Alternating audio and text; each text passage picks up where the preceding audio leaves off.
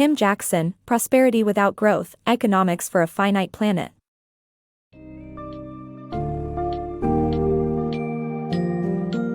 In Prosperity Without Growth, Economics for a Finite Planet, Tim Jackson challenges the idea that economic growth is the best way to measure prosperity, emphasizing the negative impacts it has on the environment and society.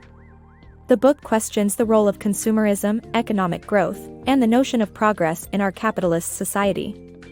Jackson highlights the flawed measure of GDP in representing social well-being, urging readers to consider alternative strategies for creating and measuring prosperity. He critiques the debt economy, decoupling of environmental impact and economic growth, as well as relative decoupling, revealing how they amplify environmental degradation. Ultimately, Jackson calls for a re-evaluation of our collective approach to prosperity.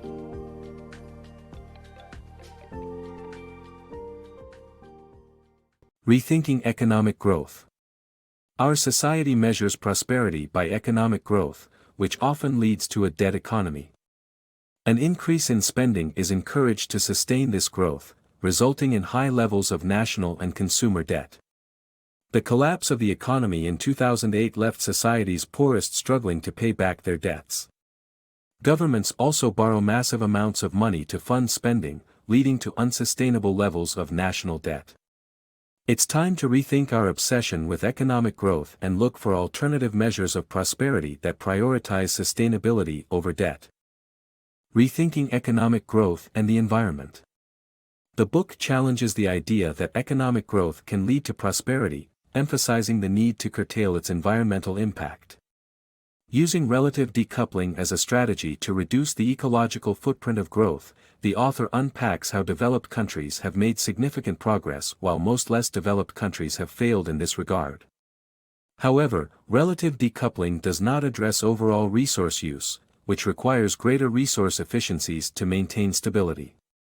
The book also highlights the distortion of emissions data as a result of outsourcing manufacturing industries to developing countries. Despite a drop in global energy and carbon intensities, CO2 emissions from fossil fuels have increased by 80% worldwide since 1970. The author underscores the importance of adopting alternative strategies that focus on well-being, social justice, and ecological sustainability. The unhealthy pursuit of growth. The pursuit of constant economic growth is fueled by our desire for the latest and greatest material goods. As consumers, we play a pivotal role in the production and distribution of new products and ideas. However, our attachment to material possessions causes us to become empty selves, continuously seeking new goods to give meaning to our lives. This need to keep up with others is a leading cause of the iron cage of consumerism, where we remain imprisoned in our pursuit of material novelty. Additionally, the need for growth and innovation leads to rising unemployment as companies introduce new technologies to cut production costs, leading to fewer jobs and decreased spending power for the unemployed. The pursuit of constant growth and material wealth comes at the cost of our own well-being and the stability of the economy. Rethinking the GDP. The gross domestic product, GDP, is not an accurate measure of prosperity, especially in advanced economies. While it may reflect social and psychological well-being in developing countries, it does not correspond with higher levels of health or happiness in developed nations. Pursuing economic growth also leads to stress and mental health issues.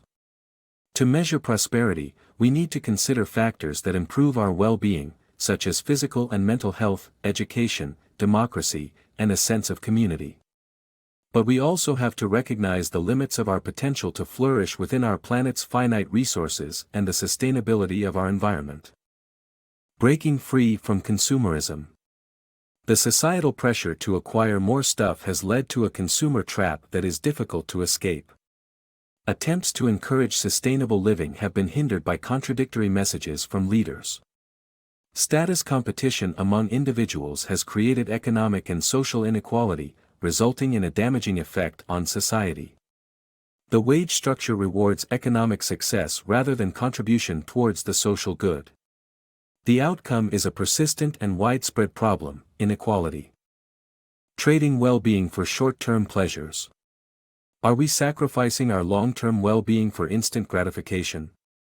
Economic growth has undermined commitment devices like savings and marriage, leading to reduced savings and higher divorce rates. The power to improve economic and social structures lie with the state. Many governments prioritize growth over well-being, but freeing economies from this requirement can lead to social and environmental goods and long-term interests. Government intervention in areas such as injustice and inequality can build a more prosperous society. Governments must protect the environment and enforce limits on using environmental resources. It is up to societies and governments to prevent short-term pleasures from compromising our future well-being. Limits on environmental resource use. The book discusses the need for establishing clear limits on the use of environmental resources to reduce the depletion of natural resources and unsustainable burdens on our planet's ecosystems caused by consumer society's material extravagance.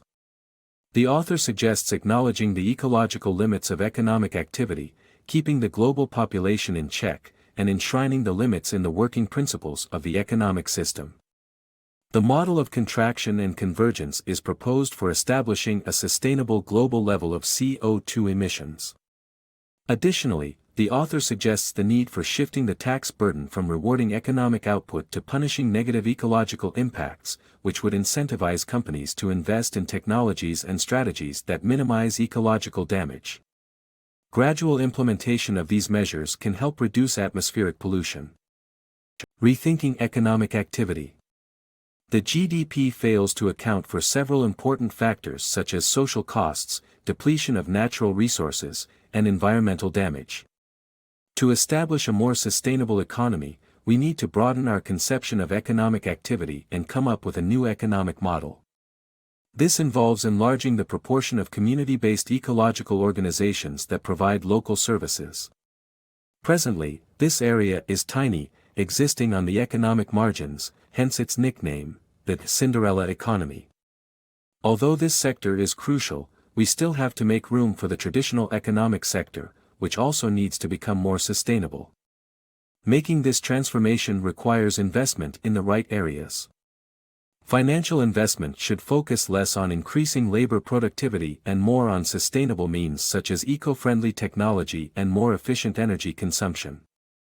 Building a sustainable future. To create a sustainable future, we must move beyond materialistic culture. This includes reinvesting in public goods, reducing working hours to create a healthier work-life balance and tackling systemic inequality. In order to rediscover shared prosperity, we must prioritize values that are socially vital and invest in the physical, financial and emotional capabilities of individuals within society. Part-time work must be given equal value and opportunities for a high-quality education must be accessible to all. Ultimately, by differentiating between what truly matters and what is superficial, we can build a sustainable and fulfilling future for ourselves and our communities.